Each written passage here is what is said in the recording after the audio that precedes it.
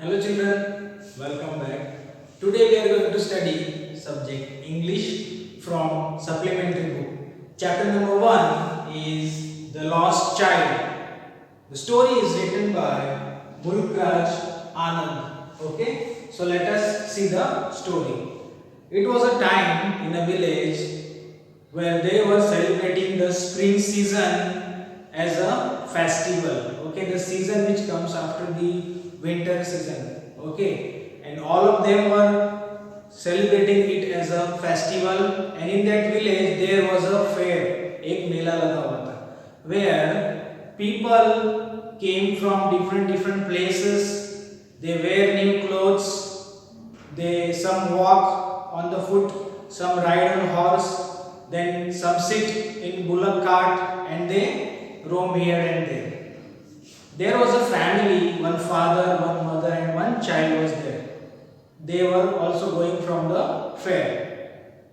And when they were going, the child was so much excited and fascinated by seeing the different things in the fair. As हम भी जब मेले में जाते हैं, है ना, we see the different things. We all also get excited. Okay, in the same way, the child gets excited over here when he sees that different toys.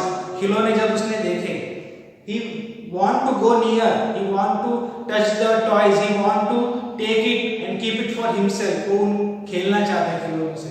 But when his parents saw him, जब वो चल रहे थे, parents saw him, he was standing, वो पीछे छूट गया. Then parents called him, चलो साथ में. And then he urged them कि मुझे वो टॉयज खरीद के दो. लेकिन पेरेंट्स जो है उन्होंने उसे मना किया कि खिलौनों की तरफ मत देखो, कहीं और देखो.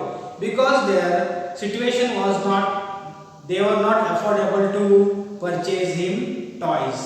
So उन्होंने उसे मना किया. Then after some time they were walking forward through the fair. आगे जाके क्या होता है? Further he sees some sweets, gulab jamuns, and then some balloons over there. Again he wants to stand there. He wants to take those eatable things. ठीक है? Then he realized that कि parents फिर से मना करेंगे, वो उसे खरीद के नहीं देंगे. After going forward, after some time, there he saw some butterflies and he want to catch them. He wants to hold them, butterflies. वो उनके साथ खेलना चाहता है, लेकिन he knows that his parents were not allowed him to do that. उसे पता था. Then further, garland of Gulmohar, then balloons, वो भी जब उसने देखे वो चाहता है उसे खरीदे, परचेज करे, ठीक है, अपने साथ रखे या खेले. He wants to do that. लेकिन फिर से उसके दिमाग में वही बात आ जाती कि parents will not purchase for him, they will not allow him. In this way वो नाराज होता और उनके साथ आगे चलता. लेकिन यहाँ पर एक टर्न आता है स्टोरी में. When he sees a roundabout in the fair, तो वो भी चाहता था राउंड अबाउट को देखने के बाद कि मैं भी उसके अंदर बैठूं, मैं भी उसके अंदर एंजॉय करूं जैसे बाकी लोग उसमें एंजॉय कर रहे थे मेले के अंदर राउंड अबाउट में. तो कुछ लंबे समय तक he was looking continuously to the roundabout. और फिर एक he was so much excited और अभी उसने सोचा कि नहीं, अभी मैं तो इसमें बैठूंगा ही. और वो फिर एकाएक कहने लगता है to his parents कि I want to sit in that, I want to take enjoyment of that, I want to ride on the roundabout. ऐसा वो earnestly कहता है. And as and when he turns back to his parents, तो देखता है they were not there. उसके parents वहाँ पर नहीं थे. वो डर जाता है. He finds right side, then left side. He goes towards forward, then backward. हर जगह वो आगे पीछे यहाँ वहाँ जाता है, भटकता है. He search from them, for them.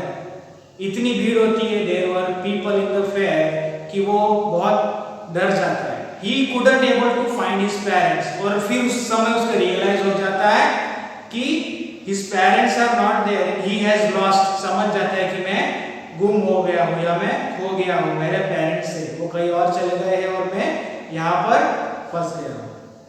Then he starts crying and crying. Then there came a gentleman and he holds him up in his arms. उसको पूछता है कि how do you come here? तुम यहाँ कैसे आए हो?